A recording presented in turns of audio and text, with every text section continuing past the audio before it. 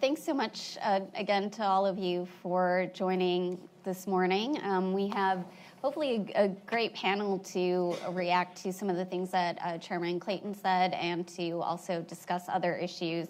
I'll just start off with introductions briefly, especially because I think you have all of their bios, and then just get into it. I'm Gina Chon. I'm the Washington columnist for Reuters Breaking Views, covering FinReg and a host of other issues. To my immediate left is Ken Benson, CEO and president of SIFMA, which I think a lot of you know is one of the premier industry organizations in the finance world. Next to him is Chris Brummer, the faculty director at the Institute of International Economics Law at George Washington University. Georgetown. Or Georgetown, sorry. Well, you Saxon. I should not have said that. Next to him is Annette Nazareth, who is head of the D.C. office for Davis Polk and has long-time experience at the SEC as a former commissioner and holding other senior roles at the agency.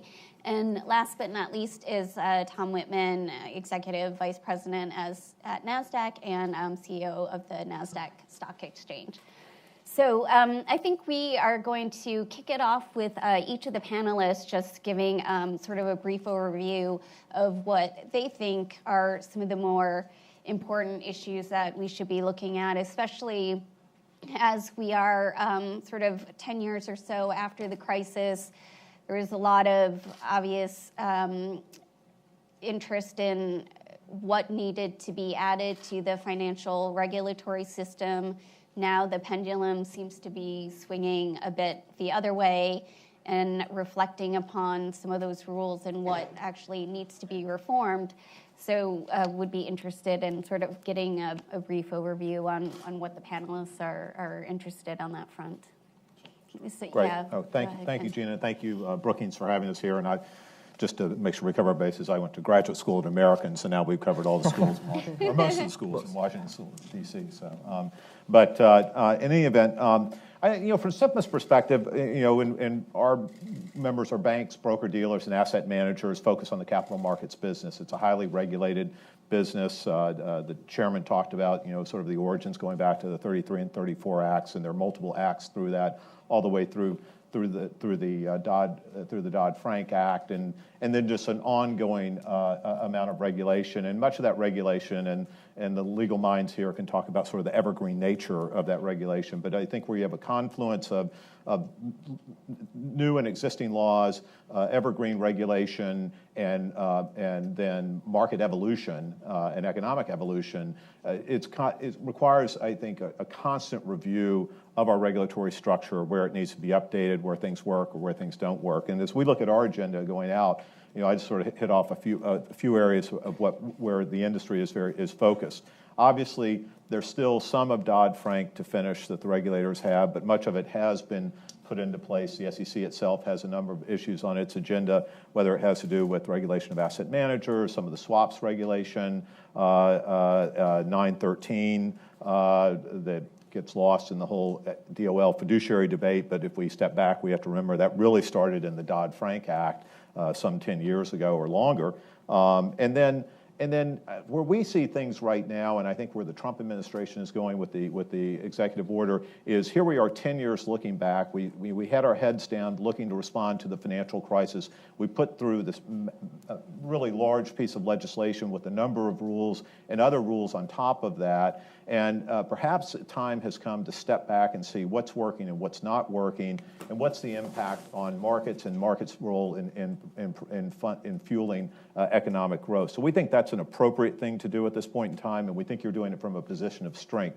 Because if you look at the balance sheet of the financial sector, at the level of capital, the quantity of capital, the quality of capital, that we're in a period where this is the right time to look back. And we're not alone in the U.S. in doing this. Europe had already started down this path a few years ago with the call for evidence.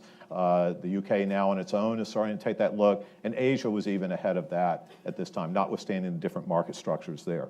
But on top of that, I would say is and things that have been discussed for many, many years, but is again, going back to evergreen nature and evolution of markets, is really the need to look at other issues out there and think about modernization. The chairman talked about capital formation rules. Where are we today looking past, Sarbanes-Oxley, which was 15 years ago, I think, and where are we in terms of things like equity market structure? Reg NMS was 11, 12 years ago, and those markets have evolved and changed tremendously over that period of time. And so we think those are areas that need to take a look. Questions came up from the audience around, not just fiduciary duty, but regulation of investment advisors.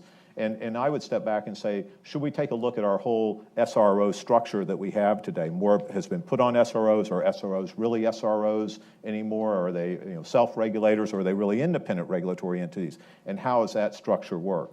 And then I won't get into capital formation, but I think the chairman, in this instance, we'll talk about later, the chairman talked about cyber and market infrastructure. Cyber is really the top priority, the corporate suite priority within the industry. That's the thing that the CEOs that I work for care the most about, I believe. It's because that's where the next risk is coming from, and that's where the most monetary and labor investment is being put in many of the institutions. And then, of course, on the international side, because we do have global markets and it's a global business, issues around response to Brexit. What is that going to mean? Again, global integration of the rule set and global integration of markets and market access. And that gets into not just US-EU, US-UK, but things like NAFTA, which NAFTA was actually very market opening for the financial services sector in the US going into other markets. And then obviously China, which talked a little bit about, where again, market access is an important issue. And then lastly, again, with evolution would be questions, and this comes back to cyber, it comes back to international, is data protection, and in the international space, concerns about data localization and the negative consequences for that. So a broad agenda that starts obviously with Dodd-Frank, which is always a headline item, but also goes well, not just looking back at Dodd-Frank, which we think is entirely appropriate, but really looking at the whole structure and modernization, and do our rules match where the markets are today, where customer demand is today, so markets can meet that demand. Thank you. And Chris? Well, I think my initial response is going to be very brief, because I think that was an excellent overview, really, of the agenda that appears to be crystallizing, certainly for the SEC and other administrative and regulatory agencies, and even on the Hill. I would maybe add, along with the other international issues, the MiFID II issue and what exactly that'll mean for the SEC and for the American business community. But because I think those issues have been very well encapsulated and summarized, I'll just add one very brief remark before passing the baton on to Annette, which is when you listen to this sort of array of issues on the to-do list of the chairman's desk, that list is really extensive, because on the one hand, it involves consolidating and finishing to the extent possible and practicable the SEC's Dodd-Frank agenda. There are some issues that are still really important, certainly for investors, certainly for investor confidence. There could also be potentially a revisiting of some issues relating to credit rating agencies, I know. But we're also in a world in which folks are looking at the radical changes in the financial markets infrastructure. And the question on fintech, I think, was an enormously important one. Because you're seeing not only changes in the way in which investors invest and market participants participate, but you're seeing literally the disintermediation of lots of intermediaries upon which normal folks have long depended. And there are certain real advantages, I think, that are available with the increasing advances in technology. But as the chairman identified, there are also some risks. And making sure that the agency really is a 21st century regulatory agency, which in part involves being a data agency and figuring out both how to access that data, how to properly interpret that data, and I think we'll get into that briefly, is going to be one of the critical it will be a critical part of that to-do list for the chairman. And I think that will also tend to inform exactly how that to-do list is ultimately executed. Thank you. Well, I very much agree with what Ken and Chris have said. This is a very interesting moment, I think, at the SEC. I mean, looking back over the last several years, new chairmen coming in really had their agenda pretty much set for them. As much as they came in with great enthusiasm about issues that they were concerned about, an awful lot of the agenda was set by Congress. And we always like to say when I was at the commission that, don't worry, we can multitask, but there is some limit to how much you can undertake. And so going back even as far as Sarbanes-Oxley, the commission was very much engaged in implementation. And Dodd-Frank certainly was that in spades, right? So I agree with Ken that there are some items that are still on the agenda left to do, and we hear the chairman talking about them, but it's not clear from what he says exactly what the agenda per se will be. And I think that's partly because he doesn't have his commission yet, and he probably, as we know from Chairman White's experience, you need to have consensus among the group. You need to have enough votes. And so, you know, he's got some very interesting things that he could be looking at. I mean, not only looking at fiduciary rule and can they do something really impactful? Can the commission finally step up and at least take the lead, or at the very least be at the table in determining what is the standard that should apply broadly across financial products and services and intermediaries? You know, can they come up with some change perhaps to what was initially proposed by the Department of Labor? There is an opportunity to do that. But will that happen? We'll see. Again, we need consensus on that, not just between the agencies, but within the agencies as well. So those kinds of things are very important. But as you say, there are things that are now on the chairman's plate, again, that he may not have anticipated just a few weeks ago. The cyber issues are now critical, always very important, but now are going to be very much front and center. And that affects not just the SEC as sort of an operating agency. It very much impacts the way they regulate, the people they regulate. I mean, they've been very outspoken about expecting firms to disclose when they have issues. Now they are in the position of having to disclose what their own issues are. They've had some pushback, as you know, either in the CAT process or through mutual fund modernization, when there was a lot of concern about the vast amounts of data that are going to be in possession of the agency, and what does that mean for regulated entities? What does that mean for issuers or broker-dealers? They're having that issue come up now in the examination process, where they have examiners who want to take data off the premises of the regulated entities to assess it internally, partly sometimes for convenience reasons. But that raises the issues of, again, the protection of the data that's leaving that venue. So, you know, he's going to have a number of issues like that to address. And again, all of this will be in the context, as Ken said, of the Trump administration's core principles. So obviously, I think the chairman is coming at this from, you know, the perspective that he's looking for efficient regulation, effective regulation, regulation that is not sort of overly burdensome, and that is going to also color the review of what was done before. And so looking back at things like implementation of the Volcker rule and other you know, rulemakings that they've done, also looking ahead and finishing some of the agenda, such as security-based swaps, which you know, really there's quite a bit left on that agenda to complete. He's not going to, I assume, take a look at what was currently the proposal internally and just accept that without careful review. So I think his review of what's there will be colored both by the core principles and by his desire, I suspect, to coordinate with the CFTC on those types of matters. So there's a lot of uncertainty, some of it, again, having to do with the fact that he's waiting for the new commissioners to come in, some of it having to do with needing to prioritize, but there could potentially be a great deal on the agenda. So my name's Tom Whitman. I just want to give you a little bit of background to kind of frame my comments and how I view, because it's probably quite a bit different than my fellow panelists. My background's technology, software development, and I run the U.S. equity exchanges, 6 option exchanges in the U.S., 2 ATSs in Canada, and then multiple exchanges, derivatives and equity exchanges in Europe, along with fixed income and futures. So I have a little bit of a different perspective on European regulation and U.S. regulation and how those cause and effects are. But top of mind is MiFID II in Europe, as Ken pointed out.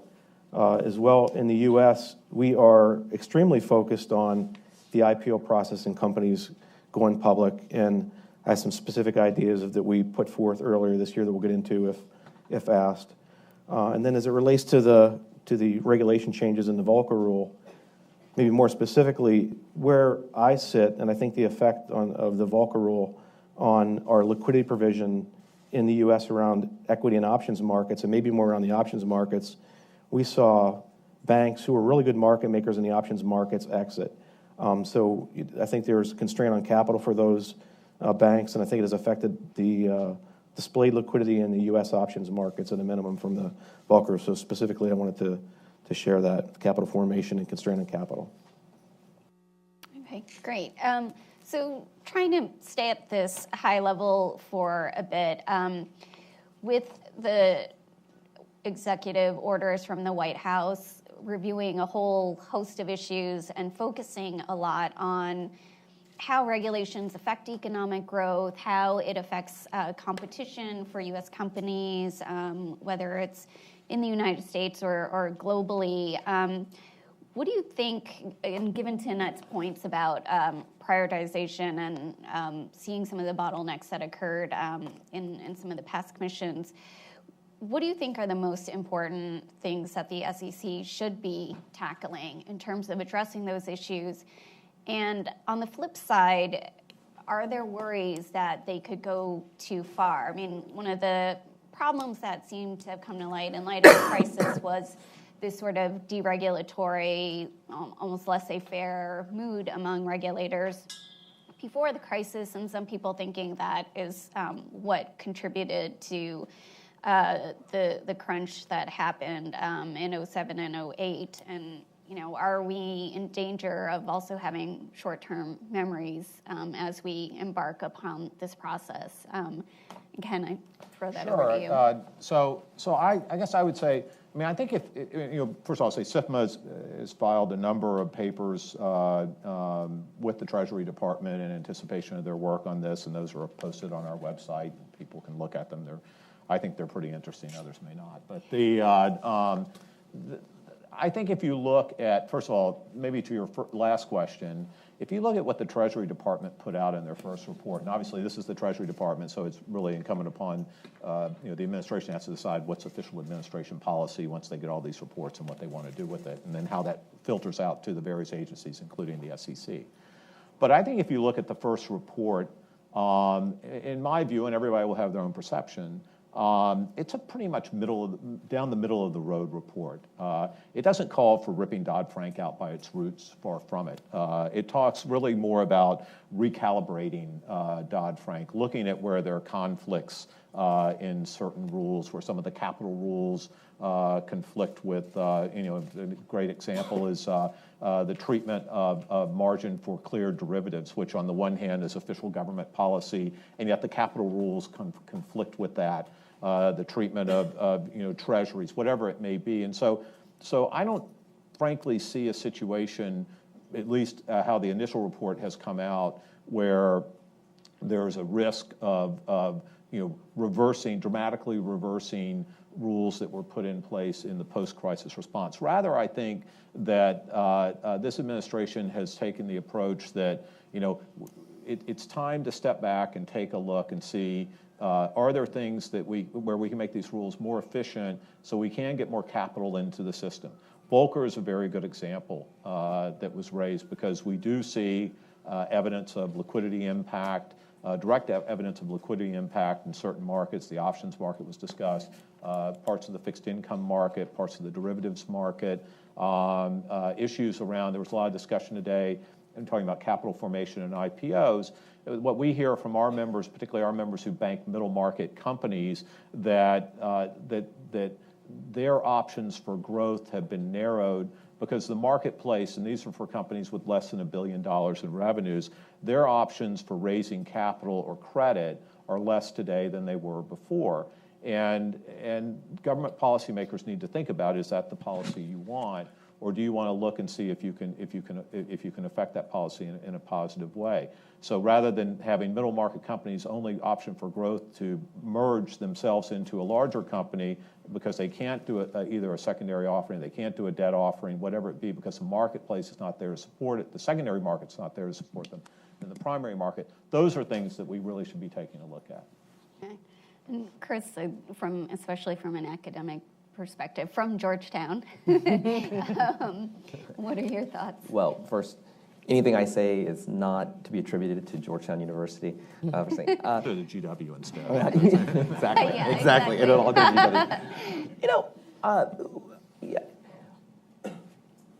Financial regulation is a very technocratic exercise, and the question is a difficult one to answer because even when you look at the kinds of regulatory changes that were made prior to the financial crisis, well, you know, in large measure, they were sort of changes that were made on the margins of different regulatory policies, and there was a tendency at times, perhaps with hubris, both regulatory hubris and also market hubris, that it tended to accelerate into a kind of a bit of a snowball that ended up, unfortunately, wiping out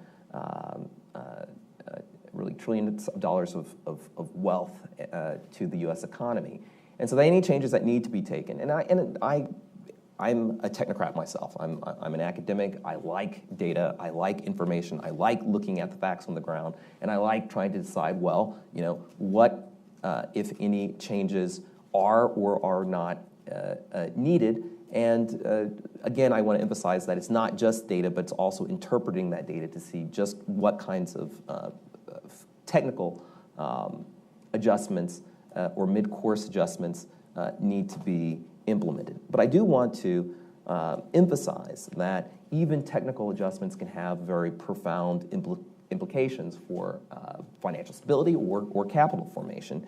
And the changes have to be watched carefully in order to make sure that those changes are executed in a healthy manner. Let me just sort of identify a couple of those changes, and this is very extemporaneous. I didn't really have a list per se, but just in light of our conversation. Certainly, there's still a lot of work to do on the one end, and there's a spectrum of changes, right? So if you look at securities-based swaps, and that's example here, I think there really hasn't been very much work done as compared to, say, the CFTC on securities-based swaps. And there was always this sense that when you look at sort of the weapons of mass destruction that helped to create the financial crisis, that you wanted to make or to ensure some kind of trade transparency for those any kind of derivatives product that could ultimately end up unsettling financial markets.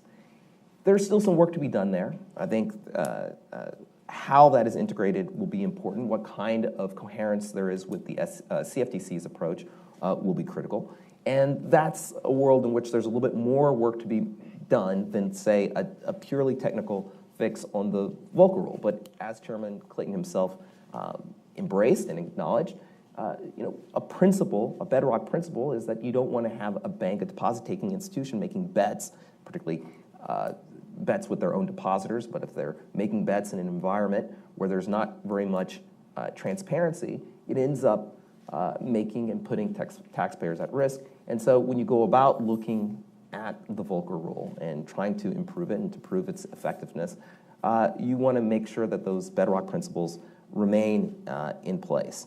The cleared margining issue is more of a CFTC issue, but to the extent to which the SEC gets involved, certainly the SEC would have to think about it.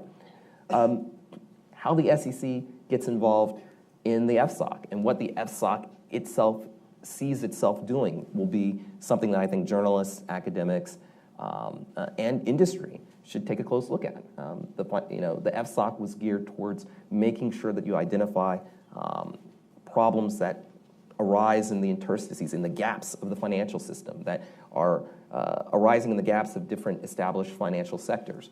To the extent to which anyone, including the administration, tends to view the purpose of a regulatory agency as drifting towards one part of its mandate as opposed to the other, to the extent to which there is a disagreement between the regulators at the FSOC as to the appropriate course, you may see certain kinds of problems arising, and I think there needs to be vigilance on the part of the administration to make sure that the FSOC remains focused on stability in carrying out its mission in order to prevent taxpayers getting stuck with a bill that frankly isn't their making.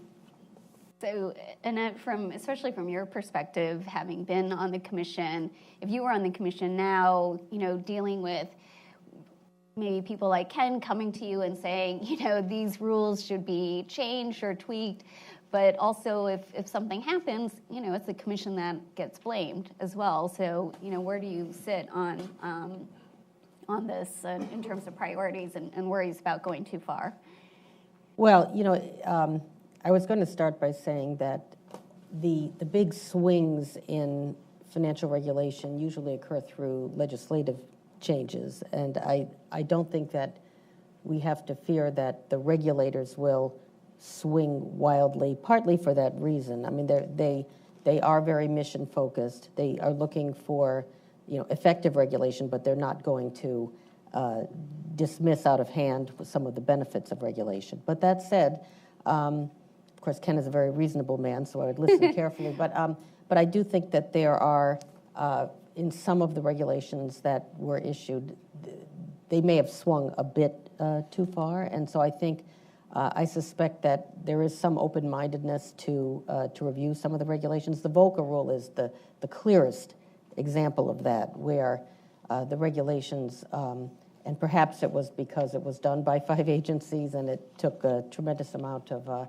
effort to reach consensus, but I think that that was certainly in its implementation a rule that I think could have been implemented much more effectively and achieved the same goals. And so that is one where I think there's some hope that, given that even those who seem to have been in favor of the VOCA rules, such as Dan Tarullo, in some of his valedictory remarks was very clear that even he thought that changes could be made.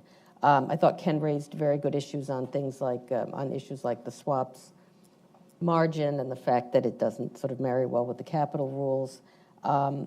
I think there's more that, frankly, internationally should be focused on in clearing, because I think we have, clearing is terribly important, and the fact that we now clear swaps is obviously of great import. I mean, the whole regulation of the swaps market, I think, in general, people would agree has been very beneficial. I mean, a multi-trillion-dollar market that was, previously largely unregulated. I don't think we want to go back there. But on the other hand, we've got a lot of swaps products now that are subject and will be subject to mandatory clearing across the globe, and having more of a recognition of the registrations of a number of these non-U.S. clearinghouses, and recognizing them and not requiring them to go through full registration here, I think is something that perhaps again could be considered, particularly since there's been a recognition and adoption of sort of international principles like the principles for financial market infrastructure. So given the progress that has been made, I think we need to sort of reflect on how we regulate those markets both domestically and abroad. But again, I think there are, I agree very much with what Chris said. I mean, having been quite responsible for a lot of what was done in Reg NMS, when you look at the impact that regulation had, and I happen to think it was mostly positive, but clearly ripe for review, it doesn't take a lot of changes to really make potentially a profound and hopefully beneficial impact on the markets. It's not, you don't have to, affect vast change. So I do think that for the Commission to consider what kind of modest modifications would have a potentially positive impact would be very important. You're going to give us your Reg NMS ideas then? Not right now. So being in the equity markets for 25-ish years, and I'm only 35, and then picking up the fixed income, I think there's really just two areas that kind of resonate with me. You know, the equity market's super regulated, and we do talk about Reg NMS and access fees and trade-throughs, and so a lot there. You know, walking into the fixed income area and looking at our treasuries markets and the swaps markets, I think there's two things that resonate with me. One is the extreme lack of transparency, how those products trade, and then the lack of central clearing, I think, creates maybe risk down the road into another asset class. I know that we're really focused on equity markets because that's where most of us, you know, that's where the investing public is, but I think in the fixed income areas, those 2 points for us, and we've written a letter to the Treasury when we reviewed the Treasury markets, that those two areas stick out to us. Well, so sticking with that and broader market structure issues, Chairman Clayton didn't talk about it as much here, but he has suggested in looking at market structure that fixed income is a place where the SEC also wants to look at.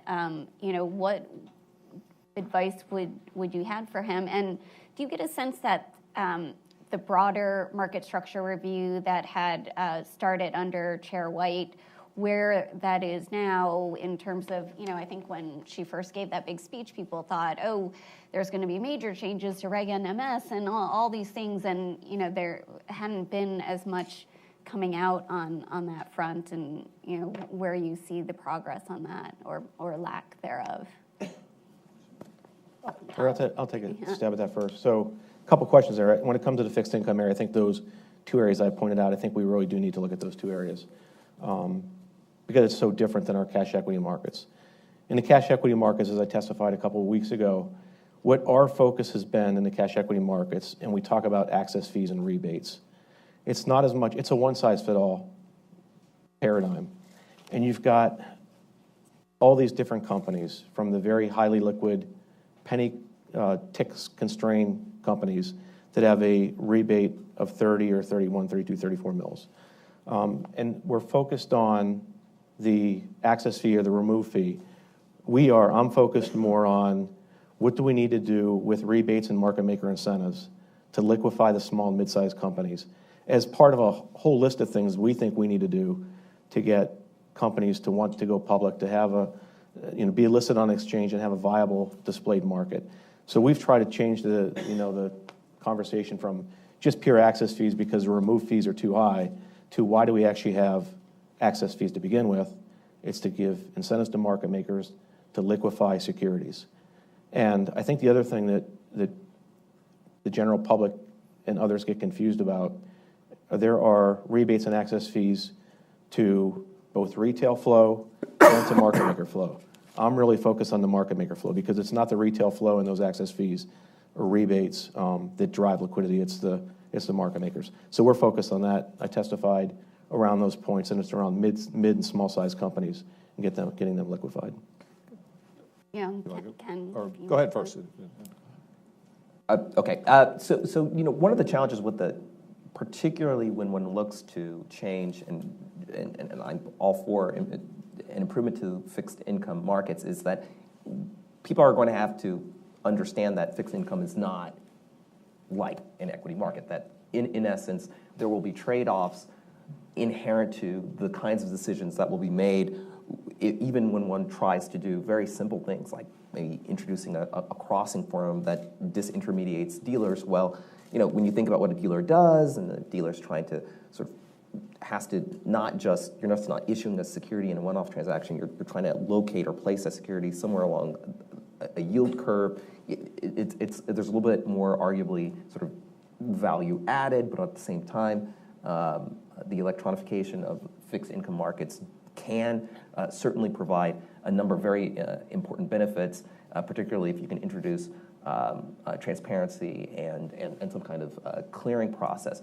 But it is a different kind of exercise, right? And just from an intellectual standpoint and from a policy standpoint, and for the value of the people who are depending on those fixed income products, many of whom are sort folks who are entering into retirement, there has to be some kind of sensitivity taken when you undertake those particular reforms. I guess a couple of things. I think that's right. I mean, and we all know this. I mean, equities and fixed income are different animals, right? And I think the other thing we need to look at, and probably shame on me for not saying this, speaking for the industry, but that when you step back and you look at the U.S. capital market structure, both the equity markets and the fixed income markets, and then in the fixed income, I would include treasuries, corporates, munis, and even the MBS market. It's pretty impressive, and while we are constantly saying there are changes that need to be made in regulation to create more efficiency, more investor protection, perhaps whatever it may be, nonetheless, it is the envy of the world. And I have the opportunity to travel to Europe, work with our colleagues there, colleagues in Asia, and the Europeans and the Asians look to the U.S. market structure and say that's the market structure we want, because they're a very bank-dependent market structure. In Europe, I think Europe is something like 70-30 bank balance sheet to markets for funding the commercial sector. The U.S. is the opposite of that, which gives us a tremendous amount of leverage and opportunity for capital market growth. If you look at the difference between and Tom probably can correct me on this, but I think we have about 7,000 listed equities, give or take, in the U.S. We have about 40,000 CUSIPs in the corporate debt sector. So that means that particularly regular issuers like an IBM or whomever, can go to market when they need to go to market to manage their cash flow, their plant and capital investment that they want to do. So it's. I mean, we talk about investors, hugely important. Our job is to match investors and issuers. It's pretty good for the issuers too, and that has great benefit for the U.S. economy. Issuers decide whether equity or debt is better for them, and obviously you can't sell more than 100% of equity, right? And so that's the positive side. At the same time, we see markets develop. So Reg NMS, and I think the tension, and Annette probably and Chris can probably speak to this from the agency standpoint of your time there. I think the tension on why we haven't seen, even though we think there should be an update of NMS on a lot of fronts. When I've talked to people at the Commission over the last several years is, yeah, we're concerned about fragmentation. Yes, we're concerned about investor confidence when they look at high-speed trading and trying to figure out is somebody getting in front of me or not, and the electronification of the markets. But at the same time, spreads have come down so rapidly historically for the retail investor. How do we balance that with making a change? And that policymakers should, I think, balance those things out. We think investor confidence is hugely important in this process. And likewise, as we've seen electronification in the equity markets, we are seeing more, not as much, and I don't think we necessarily will, at least at the same pace, in the fixed income markets because of those differentials that we talked about. It's just, you have so many, there's just not one IBM, 2017 CUSIP out there. There are 100 or whatever. So it certainly the industry, NASDAQ, the exchanges, others have looked at how you can do more electronification of those markets, but I think it's going to be fewer and far between. In the Treasury market, I think everyone agrees that there is a need for more data with respect to the official sector. But the other thing that's unique about the Treasury market is that it's not just another product that's out there. Although as a product, it's incredibly important. But it's also very important to the government's conduct of monetary policy, and perhaps most importantly, the government's funding of its daily cash flow operations. And so, in many respects, the Treasury market is the most unique of the markets because of the multiple roles it plays. And again, it's gone through changes, and much of the secondary market trading, I think the majority of secondary market trading now is done electronically, and you have different players in there, including not beyond broker dealers.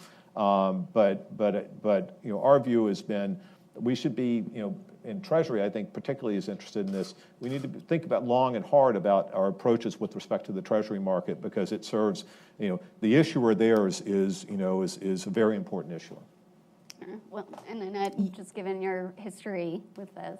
Sure. Look, I couldn't agree more on the Treasury issues. I mean, it was really a wake-up call after the Treasury flash crash to realize that it was taking the regulators so long to reconstruct the data, because in fact the collection of data was not the same as it was on the equity side, and that basically the Treasury activities weren't picked up, when Reg ATS was done in the 90s, and it sort of never got revisited. So I think the Treasury Department has done a very important job now of trying to figure out where the gaps are and to sort of bring the transparency in that market more up to speed. I agree with what Ken said on fixed income electronic trading, although I do recall, and I thought it was a very good point that Chair White made, which was that she wanted to be sure that there was nothing in the regulations that was impeding the ability of the fixed income markets to move more toward electronic trading. And I think there have been, some ATSs in the fixed income side that actually are seeing some pretty good level of activity now, that both dealer systems and systems that interact with institutional investors. And, as was the theory behind Reg NMS, if you let them build it, sometimes they will come. And I think that, looking, and I think it would be helpful for the SEC to consider whether some of their rules around asset managers and their duties, that there aren't any rules that sort of impede the asset managers from thinking that they should be, perhaps even be price makers in some of those systems. Mm-hmm. So, but I generally agree with much of what's been said. Yeah. Okay, and so moving on, sticking with the markets, but talking a bit about what Chair Clayton has as one of his top priorities is access to the capital markets and companies going public. Tom, I was interested in your perspective, especially from where you're sitting, what you think the issues are. I mean, we're seeing now, it's not even, a matter of small companies. I mean, huge companies like Uber that have $60 billion valuations that are still private, but have access to, private placements and other forms of capital where, especially for them, I think some of these disclosure issues and that sort of thing may have been, somewhat good for them. Where do you sit on that? And also in terms of the U.S. being globally competitive as well. We have Saudi Aramco and a host of other big possible events coming up where a lot of exchanges are competing, and how do you see, where the U.S. fits in that? So I'll first say why I think and why we think it's important. We think it's important for the general public to be able to get in early when these companies go public and be with them and be part of that growth and be able to buy a house, put their kids through school, retire, and get that growth. And I think the more companies stay private and that money is in a few hands in those investments, I think it's worse for just the general public that's got, $50,000, $100,000 in the account and they're trying to retire and invest. If you look at a company like Amazon, who was, I think it was a $400 million market cap company when they IPO'd, where are they at today? But there were a lot of people that were able to invest in that and believe in their growth and enjoy that. So there are a couple specific things that we think are hurdles, and I think Chair Clayton said there's going to be a lot of different things that keep companies from wanting to go public, and there are some very important aspects in it, and then there's some other things that we think we can maybe look at lightening the load. We look at it really in three areas: legislative reform, market structure, and then promote long-termism. So as part of that, you hear companies when they go public, they file, and then there are these frivolous lawsuits. So is there anything we can do to try to, keep that at a minimum or get those thrown out so the companies don't have to litigate and spend their time litigating and can go public? When it comes to the proxy access, I think there is probably a pretty low entry point into an individual being able to kick off a proxy vote based on their ownership. So is there something that we can do with that? And maybe it's, how long you hold a security or the amount of security that you own. I think it's maybe $2,000 in value of a security to launch that. Corporate disclosure was talked about a little bit by the chair. And I think we believe that if you can decrease that a bit. Maybe when it comes to the Ks and Qs, doing filings twice a year, and I'm talking about small and mid-sized companies, to get them into the market and get them to grow. And then probably tax reform, and it was also talked about a bit, and wherever there's double taxation of dividends, or whatever else we can do to help promote that. And then when it comes to the market structure, I mean, one idea that we've thrown out there, which looks self-serving, but there's so much fragmentation in the equity markets. There's 40 dark pools, there's the exchanges. If you can concentrate that liquidity on a listed exchange till the company gets to a certain size, then open it up, I think that would help facilitate a good screen market, good liquidity for the investing public to get in and out of the security. And then long-termism, try to promote long-termism. I think when it comes to disclosure of long positions, we believe short positions should be disclosed too, and try to equalize that for listed companies. Yeah. Could I just jump in on a couple of things? Sure. The last remark was actually quite interesting. As I said, you have to get the data, and then you also have to be able to interpret the data. And I think that Chairman Clayton had acknowledged that there are lots of different causes as to the reduction of IPOs and public companies. And I think that it's important to be a little bit of a regulatory historian, and you don't have to be very much of one to see that many of the changes that have arisen over the last couple of years were really focused on improving the attractiveness of our private markets, right? So if you spend an entire regulatory cycle, let's say Jobs Act and the add-ons of regulation, crowdfunding, regulation A+, and the like, and then you see more people opting into the private market,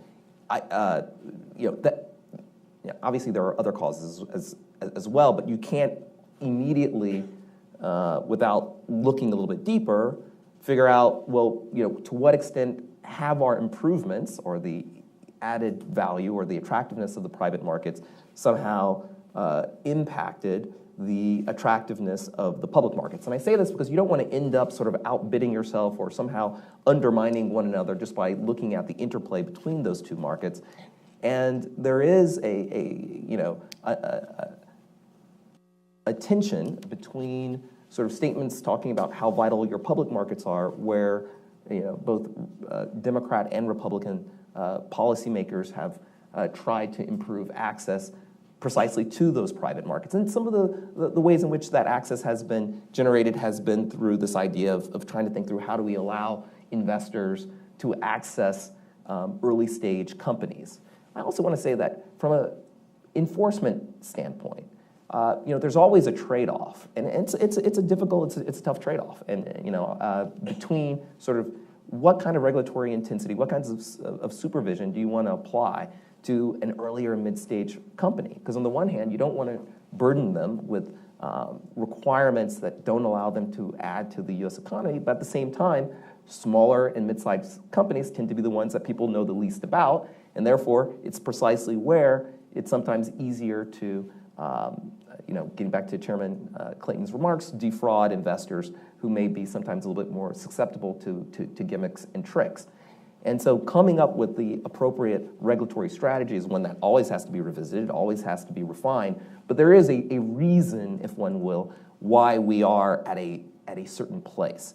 And again, it's not just about data gathering, it's about looking at that data, and I'd be very interested to learn more, even from the industry people here, as to how do they see that relationship, because it's not just a simple relationship of, well, do we want the public to be able to invest earlier, but we're not living in a regulatory vacuum either, and we're living with a certain regulatory landscape that's not just Dodd-Frank, but also a series of initiatives that were at least designed to address the very problem that the current the agenda in making seems to be designed to address. Yeah, I guess I'd just add, those are fair points. I think you also want to look at the whole, right? Are you increasing the pie, or are you keeping the pie the same size, but you're just substituting within it? And so I think that's something you have to look at. You have to look at business formation numbers, which have been trending downward. is there a correlation between that and IPOs, which have definitely been trending downward pretty steadily since the 1990s. There was discussion about the Senate hearing, but yet you're seeing large IPOs being done, and those tend to be, in some cases, more established companies, or even in the case of the Jobs Act, where companies that are some of the emerging growth companies are emerging pretty fast, right? So in some respects, we think there are some things that you can do. Take some of the things from the Jobs Act, apply those more broadly, that we think don't upend the core principles of Sarbanes-Oxley necessarily, and that should be looked at to encourage more public offerings. And there's also a trade-off, because you're right. I mean, on the private market is a limited market, and perhaps appropriately so, to more qualified investors as compared to the public market. So these are things that, again, all the more reason that regulators should be looking at this. Look, I mean, I worked on Sarbanes-Oxley from a congressional standpoint. You all were at the commission at that time. I'm confident we probably didn't get it right. I think we made great progress in what we did. But it's something that we should be willing to go back and take a look and say, and I agree, look at the data, and some of the data is very troubling. And so,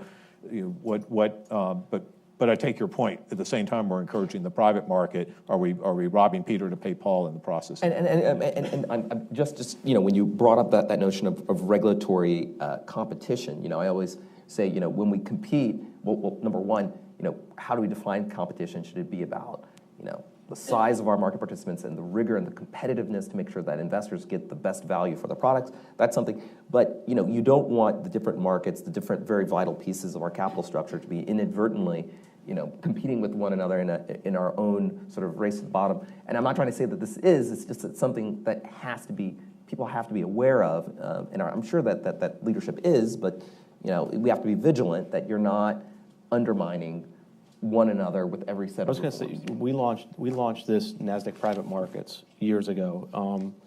And so some of our input and feedback comes through seeing certain companies come into this, and it's more of a shared distribution through a company through to employees. And it's not a liquid market, but it's shared distribution. So some of our comments and opinions come from talking to these companies that are doing this, and why are they doing this? But I was going to say, Chris raises a great point that, people forget that. I mean, the Jobs Act did obviously encourage more private, offerings. But that said, there are some things that have been learned from that experience. I think the fact that, and I think the chairman has grabbed onto some of this, that the fact that companies could make confidential filings has been very well received, and I think he's now had the staff announce that they will take confidential filings from larger companies. So there is some learning from it as well, where I think we can look at some of the experience and say, some of the pre-marketing, some of the types of research, perhaps the kinds of things that were permitted under the Jobs Act, perhaps we can take a look and see whether, in the IPO markets as well, there should be some changes in order to be a little more flexible. So, but I agree that we sort of created a greater arbitrage, and now are acting quite surprised that people are finding using the Jobs Act to be this advantageous. Yeah, be careful what you wish for sometimes. So I just want to get to one last topic that I'm interested in and hasn't been talked about as much as Lynn. I think we should throw it over to questions. The asset management industry, that has, how to regulate that industry has been of pretty intense debate since an OFR report came out a few years ago and related to whether FSOC should be designating any asset managers as systemically important financial institutions. Touched off sort of a bit of a firestorm of how much of a risk they really pose and whether it's size or activities and that sort of thing. The Treasury Department, as part of its broader review, is also going to be issuing a report on the industry, I think next month. So I'm curious as to where you think this debate should be heading now that it seems it's pulled back a bit from some of these more burdensome possibilities, but still in focus, in particular internationally as well. So yeah, and I'll take a stab at that. Look, I think Mary Jo White approached this very responsibly. I think the FSOC, I believe, got a little ahead of themselves on the asset management issues, in that the SEC really was the regulator with not just the primary authority, but with the expertise to deal with these issues. As Chris mentioned, I mean, there's nothing quite like having data in order to assess a situation and determine what regulation is appropriate. I don't think the SEC even itself had sufficient data to convince some of the FSOC members that they understood the risk, and that to the extent that more needed to be done, they would be able to assess what needed to be done and to implement regulations. So I think the SEC very smartly and in a quite impressive way did their Modernization Act, which called for vast amounts of data to be provided to them in order to be able to assess where the risks were in that industry, what the positions were, where the concentrations were, what the strength of the asset management industry was.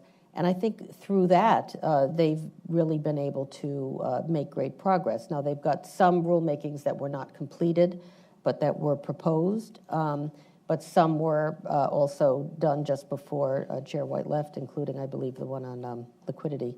So I think they're in a good position. I think the FSOC has now sort of backed away a bit. I think there was also, as you know, a bit of an issue with the FSOC of wanting to designate, and being sort of equalizing who they were designating for systemic importance. So having looked at the insurance industry, then they thought they should look at the asset management industry.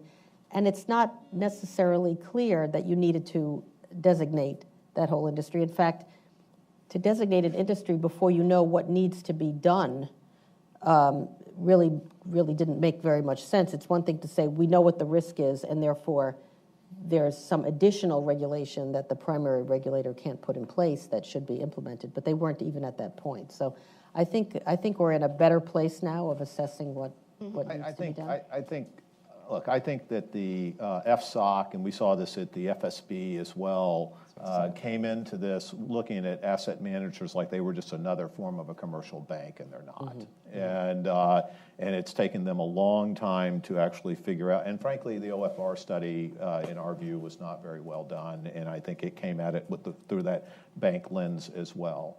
And I think over time, I think there's been a recognition that these are different structures. In many respects, they're acting as agents. They are acting as agents, not in many, but they are acting as agents. In some cases, a custodian, in some cases, not. And that you can't put bank-like regulation on. So we're glad to see that this has shifted back in the U.S. and at the FSB and IOSCO. I think actually all of this effort led to the bank regulators beginning to listen to the market regulators, not just in the U.S., but at the IOSCO, where all of a sudden they were brought to the table, and realizing that you can, and kind of pushing back on this, what was it called, macroprudential regulation or market prudential regulation, which we thought didn't make a lot of sense. So we're in a better, I think there's a better understanding today that this is a totally different business model. So I would like to add two things, and I'm very glad that you brought the international, because it also connects to something that Annette had said about CCPs, just to sort of spice things up a little bit.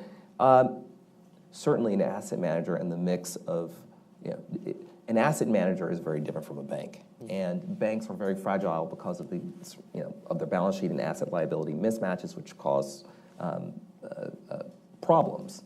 But there are certain kinds of overall principles that we saw from the financial crisis where, and I'm not trying to put this necessarily on the asset management industry, and indeed, often it's more of I think regulators, as law professors, we talk about judicial hunches. There are also sort of regulatory hunches, right? And you sort of think to yourself, well, what are the kinds of nightmare scenarios that could arise in any particular industry? And what I'm guessing is that some of the folks said, well, if you had a highly leveraged, or particularly when you look at the finished rules, not just in terms of the liquidity, but also their derivatives positions. If you had some kind of asset manager that was really, really, super large and was found to be out there and exposed in some kind of derivatives transaction or a series of transactions to counterparties, what then happens, not just from a systemic risk angle, but also from the SEC's perspective, from an investor protection question.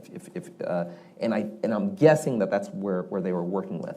But I think that the overall question, and which is really interesting, right, is that some of the drama that we see that plays itself out domestically, say between the SEC and Treasury or the banking regulators, also can play themselves out between the international standard-setting bodies like IOSCO in this particular case and the FSB. And so there are two different dimensions to almost all of our regulatory decisions, particularly in systemically important areas. And I would want to say, though, which is not related directly to this, but I did want to get it in, is that when you think about technical changes and glitches, one of those kinds of technical changes gets to questions of equivalence. Mm-hmm. And if anyone knows me, and I am very much an internationally minded person.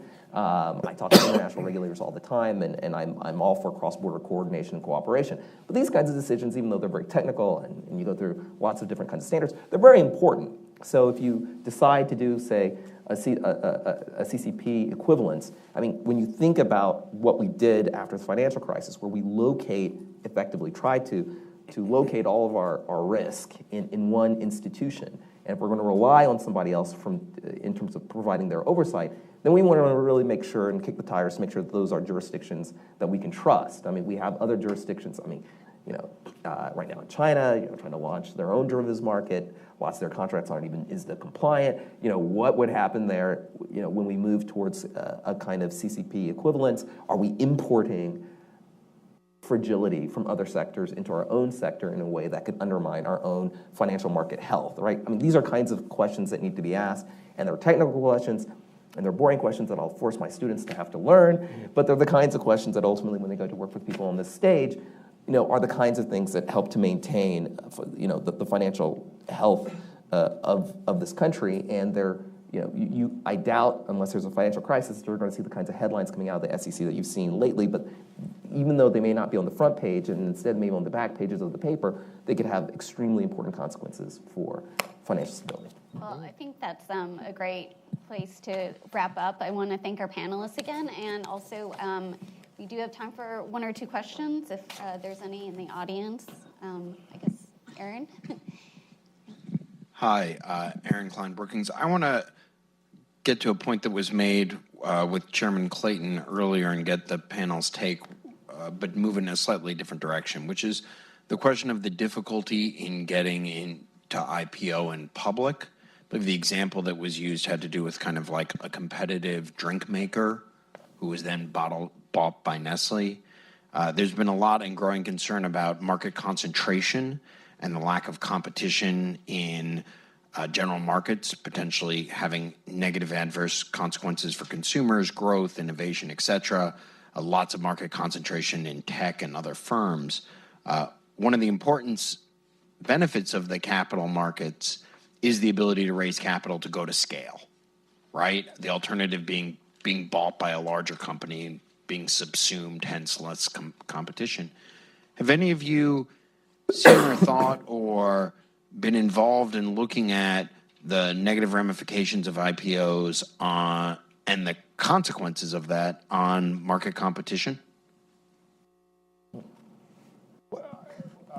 I can't. We have not looked at it, but a point I mentioned earlier, and not just related to the equity market, but also the fixed income market, is I do have members who bank middle market and smaller companies who say the lack of a sufficient secondary market can preclude the ability of smaller and mid-sized companies to either do an IPO or a secondary offering or do a debt offering if the marketplace is not, if the secondary market's not there to support it, then it's hard to do the offering in and of itself.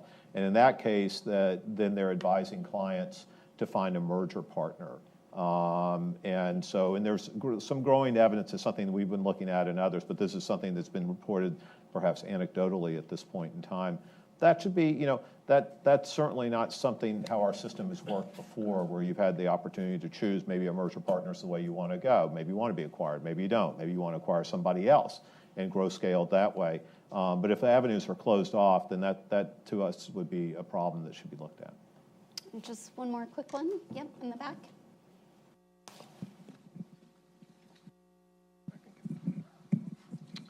I'm Mark Sheff with Investment News. This question is specifically for Ken, but anyone else who wants to jump in. Ken, you mentioned at the beginning that you have questions about SROs. What is your reaction to Chairman Clayton's statement that he's really not interested in a third-party exam rule for investment advisors? Does that give you some relief, or did you actually want a rule like that? And in your SRO statement, are you implying some concerns about FINRA? Yeah, my SRO comments are more looking at just the construct that we have today. So be it FINRA, MSRB, NFA, where Congress over the years established a mechanism by which you could set up self-regulatory organizations to supplement, or in some cases augment, I guess, or extend the reach of the primary federal regulator. Those entities' roles have changed over time. Their relationship with their quote-unquote members has changed over time. In many cases, they've taken on almost more state actor roles, even though they're not state actors. And so, in our view, and to be fair, Robert Cook, the new head of FINRA, has been looking at these issues in some respects through his FINRA 360 review, is that's just an area ripe for taking a look. Are they structured properly? Are they really self-regulatory, or are they, actually, I think Dodd-Frank actually changed MSRB to an independent regulatory organization. They all have majority public boards now. So that's really more where the focus of my comments were. Great. Well, thank you again to our panelists for a great conversation. Thank you.